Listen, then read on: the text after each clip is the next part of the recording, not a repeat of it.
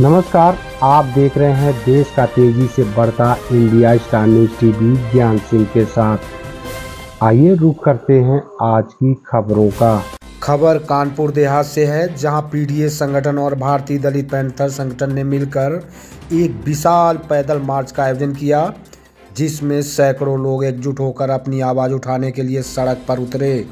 उन्होंने अपनी 8 सूत्री मांगों का एक ज्ञापन एसडीएम को सौंपा, जिसमें उन्होंने अपनी समस्याओं का समाधान मांगते हुए गंभीर मुद्दे उठाए।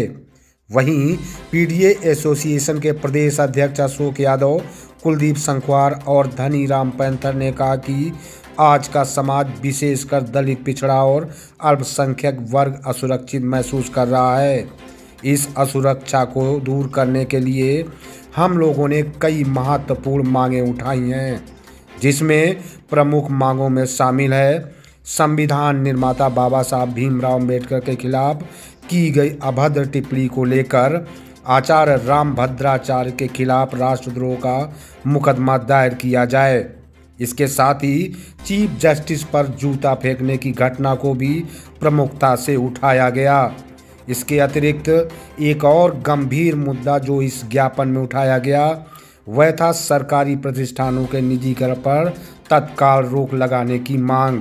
इसके साथ ही रायबरेली में दलित युवक हरिओम वाल्मीकि के साथ हुए जाति उत्पीड़न और हत्या का मुद्दा भी प्रमुखता से उठाया गया। यह ज्ञापन जो एसडीएम को सौंपा गया, महामहिम राष्ट्रपति, प्रधानमंत्री, मुख्य न्यायाधीश और मुख्यमंत्री को भी संबोधित था। यह प्रदर्शन सिर्फ एक आवाज़ नहीं, बल्कि एक आंदोलन है जो समाज के हर उस वर्ग के लिए खड़ा है जिसे न्याय की आवश्यकता है।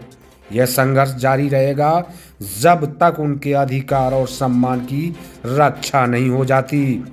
आखिरकार यह समय है कि हम सभी अपने अधिकारों की सुरक्षा के लिए एकजुट हों।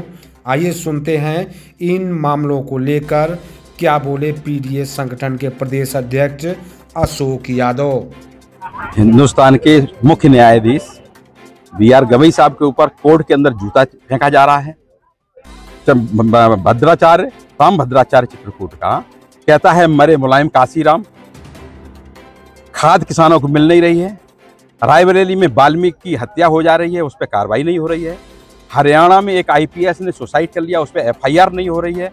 इन 6 बिंदुओं को लेकर हम लोगों ने प्रदर्शन करते हुए ज्ञापन दिया है महामहिम राष्ट्रपति को, प्रधानमंत्री जी को और प्रदेश के मुख्यमंत्री को। क्या मांगे हैं आप? मांगे हैं कि जो मुद्दे हैं, चाहे वो हरियाणा का मुद्दा हो, चाहे गवई साहब के खिलाफ जूता फेंकने वाला मुद्दा हो, चाहे वो भद्राचार्य अंधा ने जो मरे मुलायम काशीराम जो बोला है उस पर, और जो रायबरेली की घटना है वाल्मीकि की हत्या हुई उस पर, इनके खिलाफ मुकदमा लिखा जाए और तत्काल इनके खिलाफ कार्रवाई की जाए, जेल भेजा जाए।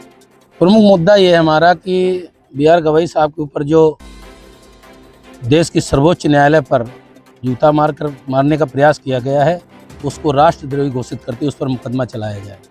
नंबर दूसरा, हरियाणा प्रदेश के आईपीएस को आत्महत्या के लिए मजबूर करने वाले जो भी अधिकारी कर्मचारी, उनको सबको जेल भेजा जाए।